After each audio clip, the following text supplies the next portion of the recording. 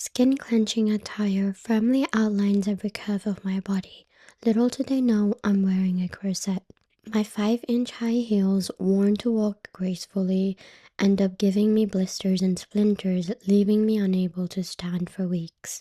My flawlessly spotless glass arms and legs, not a hair strand in sight, despite the excruciating back pain and the endless hours of plucking. I have felt it, the yearning green-eyed stares of women and the ill-natured scans of men, invading every inch of my physique. The feeling of being suffocated as I endure the gutting sensation of all the air being seized from within me.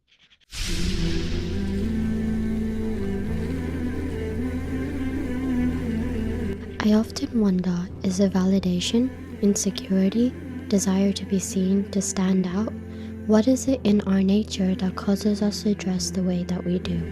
Some are wholeheartedly convinced that it is a sense of liberation that they feel as they dress boldly, even provocatively for the eyes of strangers, while others are confused about how women are blindly cosplaying in a game designed by men. The later perspective is often captured by the viral TikTok phrase, "rather choose the bear." At first, this viral trend had many confused, including I, until we grasped the depth of such a statement. If you were left alone with a bear, it would strip you down one skin layer at a time until it reached the juicy part, your organs. How does this relate to men? Then it hit me. Often things that cause the most suffering isn't the physical, although the sexual assault rates are only racing higher and higher. Rather, it is the gaze that undresses you emotionally. It starts with the eyes. They strip you one emotion at a time, digging deeper under the skin until they reach the heart, not with the claws, but with a smile disguised as care, a stare mistaken for love, and by the time sun comes out, the mask falls off.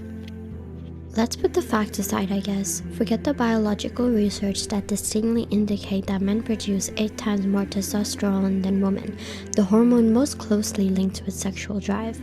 This alone reveals something fundamental about men's nature, their powerful, almost burning sexual inclination towards women. And then there's the female nature, the deep desire to be loved, often pursued through whatever means might bring that affection. What a perfectly orchestrated performance, wouldn't you say? How times have changed, from the 10th century where women carried shields of modesty to now, the 20th century, a completely different era of modesty. Through these shifts, I have seen the Islamic prediction women will be naked despite being clothed come into vision. The patriarchal structure has supposedly been overturned for the betterment of women, but I see it as a mere imitation, like a virus taking refuge in a body cell, disguised and undetected, replicating itself and attacking the core. Once the immune system is down, the entire body begins to fail.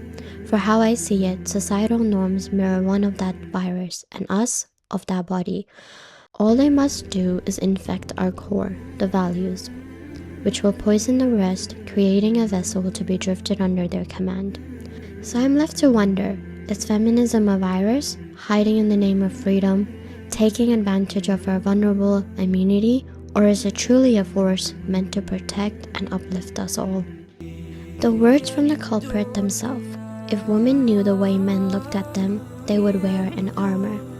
Those very words echo in my mind as my gaze drops down to my shaking hands resting on my smooth skin. I fidget with my short dress, trying to cover what little there is to be covered. They laughed at us as they gave us their tips, but had we known, we were never the players, rather ones to be played.